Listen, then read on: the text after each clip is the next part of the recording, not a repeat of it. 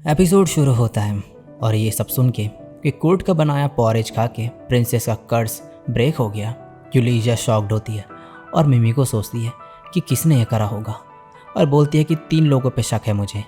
सेनेवा Riskath, first general royal expeditionary forces का, Kristen Menolf, Polan church का bishop और Isadori आर्कमामा, royal majesty की 3rd queen.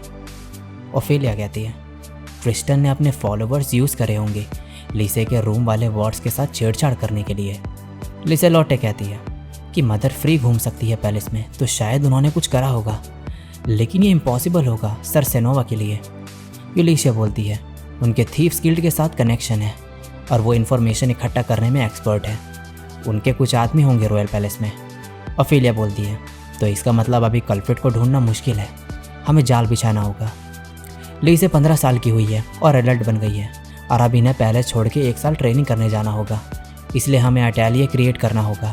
एक ऐसा अटैलिए क्रिएट करेंगे जो एग्जिस्ट ही नहीं करता, जो कि एक फिक्शनल अटैलिए मास्टर चलाएगा और लीसे की ट्रेनिंग वहाँ होगी। कल्प्रिट अटैलिए मास्टर की इन्फॉर्मेशन इकट्ठा करने का ट्राई करेगा। फिर मिमी को कहती है अगर कोई असली का अटैलिए मास्टर होता तब तो आसानी से इन्फो पता चल जाती, लेकिन अगर कोई एग्जिस्ट नहीं करेगा तो कैसे कोई इन्फो मिलेगी, और जितना वो ट्राई करेंगे उतना ज़्यादा हमें कल्प्रिट के बारे में पता चलेगा। ओफेलिया कहती है हमें कुछ अचीवमेंट्स प्रिपेयर करनी होगी जिससे उन्हें लगे कि वो अटैलिए मास्टर है। यूलिशिया कहती है मेरे पास कुछ है। ओफेलिया बोलती है एक मैजिक क्रिस्टल? तुम्हें आखिर इतना टॉप ग्रेड क्रिस्टल कहाँ से मिला? यूलिशिया बोलती है कोर्ट ने बनाया है ये सुनते ही ओफेलिया शॉक्ड हो जाती है। नेक्स्ट सीन में कोर्ट पहुँचता है अटैलिए में और ये बंद होता है। तभी मिशेल यहाँ पर आती है और कोर्ट से पूछता है कि क्या कुछ हुआ यहाँ पे, ये बंद क्यों है? ये बोलती है कि कल तुम्हारे जाने के बाद मास्टर कहीं चले गई, तो आज तुम्हारे लिए कोई काम नहीं करने को। कोर्ट काफ़ी निराश होता है और इसे भूख लग रही होती है, तो ये कुछ खाने के लिए चले जाते हैं एक रेस्टोरेंट में। यहाँ ये एक पार्टी को बात करता हुआ सुनता है जिन्हें एक पॉटर की ज़रूरत होती है क्योंकि इनके पॉटर की तबीयत ठीक नहीं होती। ये सब सुनते ही कोर्ट इनके पास जाके बोलने लगता है कि क्या मैं आप लोगों को ज्वाइन कर सकता हूँ? मैं कॉम्बैट में बेकार हूँ, लेकिन एज अ पॉटर मैं आपके काम आ सकता हूँ।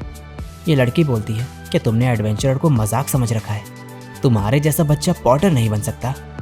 तभी ये लड़का इसे मारता है और कहता है तुम इससे काफ़ी बड़ी हो।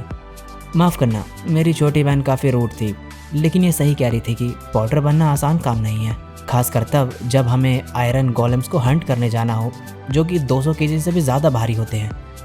कोर्ट कहता है मैं 200 केजी हैंडल कर सकता हूँ, मैं आप दोनों को लिफ्ट कर सकता हूँ, और जाके इस बंदे को उठा लेता है और दूसरे के पास जाने लगता है। ये कहता है रुक जाओ, मैंने अपना आर्मर पहना है, अभी मैं 150 किलो से भी ज़्यादा का हूँ। तभी कोर्ट आके इन दोनों को साथ में उठा देता है। नेक्स्ट सीन में अब ये जा रहे होते हैं। ये अपना नाम कांस बताता है और ये एक हैवी वॉरियर होता है। ये कहता है मेरे पास स्वॉर्ड है, लेकिन सिर्फ दिखाने के लिए, मेरी स्पेशलिटी ये है। अब ये कहता है मैं डांजो हूँ, एक सामुराई और इस पार्टी का लीडर। और ये लड़की कहती है मेरा नाम सीना है, एक रेंजर। कांस बोलता है हमारी पार्टी का नाम साकुरा है, हमारा एक और मेंबर है जिसका नाम बेबी नोक है और वो पॉटर है। कोर्ट अपना नाम बता के बोलता है थैंक्स मुझे हायर करने के लिए। ये सुन के सभी हंसने लगते हैं। अब ये जाने लगते हैं और कोर्ट का पैर एक स्लाइम पे लग जाता है। सीना कहती है इसके कोर पे अटैक करो। ये अटैक करने का ट्राई करता है लेकिन खुद के ही मार देता है और सीना इस स्लाइम को मार के कहती है तुम तो कॉम्बैट में कुछ ज़्यादा ही बेकार हो। ये लोग कहते हैं तुम्हें फाइटिंग की टेंशन लेने की ज़रूरत नहीं है, वो हम पे छोड़ दो, तुम बस हमारा सामान उठाना। कोर्ट मन में कहता है ये गुस्सा नहीं हुए जबकि मैं फेल हो गया, ये फ्लेमिंग ड्रैगन फैंग से बिल्कुल अलग है। नेक्स्ट उनमें गुफा में पहुंचते हैं ये, जहाँ पर इन्हें गॉब्लिन्स पूप दिखता है। कांस बोलता है चिंता मत करो, हम 1 या फिर 2 गॉब्लिन को आराम से हरा सकते हैं। ये आगे जाते हैं और इन्हें एक गॉब्लिन दिखता है। सीना इस पर चाकू मारती है और डांजो इसे मार गिराता है। तब ये बहुत सारे गॉब्लिन के झुंड की आवाज़ सुनते हैं और कहते हैं अब क्या करें। तभी कोर्ट को एक सीक्रेट रास्ता मिलता है और ये अंदर जाता है और सीना अंदर आके रास्ता बंद कर देती है। कोर्ट बोलता है कांस और डांजो अभी वहीं पर हैं। तभी कांस की आवाज़ आती है कि इतने सारे गॉब्लिन से बचना और बाहर निकलने का रास्ता ढूंढना पॉसिबल नहीं है एक साथ, तो तुम आगे जाओ। कोर्ट बोलता है मैं भी लड़ना चाहता हूँ। सीना बोलती है बेवकूफ़, तुम एक स्लाइम को भी नहीं हरा सकते।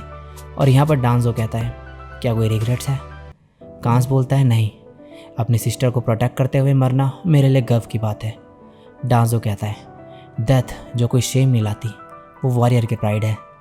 कांस कहता है और हम कैसे रिग्रेट कर सकते हैं हमारे फ्रेंड की जान बचाने को। कोर्ट मन में कहता है, इन्होंने मुझे फ्रेंड माना, लेकिन मैं इनके लिए कुछ नहीं कर सकता।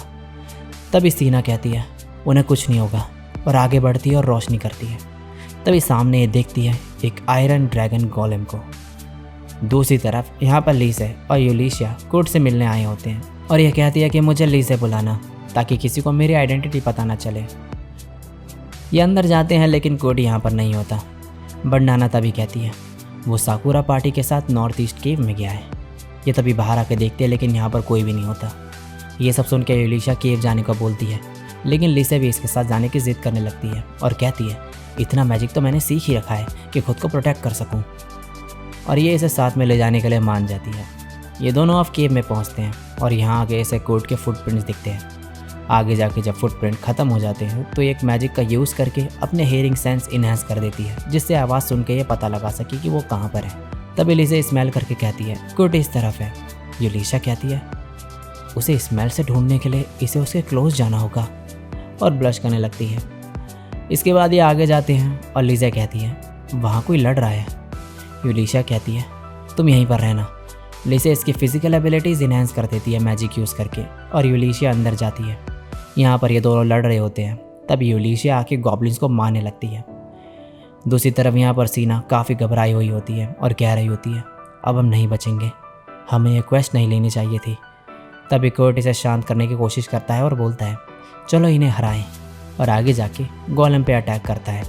और फिर इसके बाद ये एक एक करके सभी गोलेम को मारने लगता है, और ये सभी को हरा देता है। ये देख के सीना हैरान होती है। कोर्ट कहता है मुझे आयरन गोलेम को माइन करने की आदत है। तब यहाँ पर यूलिशिया आ जाती है और कहती है यहाँ क्या हुआ। सीना बताती है कि इसने सभी आयरन गोलेम को हरा दिया, वो भी सिर्फ एक डैगर अटैक से। उसने उसे माइनिंग कहा। यूलिशिया कोर्ट से कहती है क्या तुम ठीक हो। ये बोलता है हाँ, प्लीज़ हमारी मदद करो, कांसो डांसो दोनों फाइट कर रहे हैं क्योंकि मैं किसी काम का नहीं। यूलिशिया कहती है वो दोनों जिंदा हैं, बस थोड़ी चोट आई है उन्हें। कोर्ट काफ़ी खुश होता है। यूलिशिया मन में कहती है ऐसा कहा जाता है एक मैन के बारे में जी रैंक कॉम्बैट एप्टीट्यूड के साथ, जिसकी एस रैंक होती है हार्वेस्टिंग में, एक सिकल का यूज़ करके ब्राइट ड्रैगन को हराने वाला। लेकिन क्या ऐसा सच में पॉसिबल है। तभी लीसे आती है और कहती है ये बहुत इम्प्रेसिव था कोर्ट। नेक्स्ट सीन में कांस बताता है कि इनके दूसरे पार्टी मेंबर्स ने इन्हें यह जॉब के बारे में बताया, लेकिन हमने यहाँ गॉब्लिन्स के झुंड के बारे में नहीं सुना था जो कॉम्बैट ट्रेनिंग से भाग गए थे। और अब ये दोनों यूलिशिया को थैंक्स बोलते हैं इनकी मदद करने के लिए। अब यूलिशिया कोर्ट को बताती है कि एक न्यू अटेलिया बनने वाला है और मैं वहाँ पर पर्सनल हेड एडवेंचरर की तरह काम करूँगी।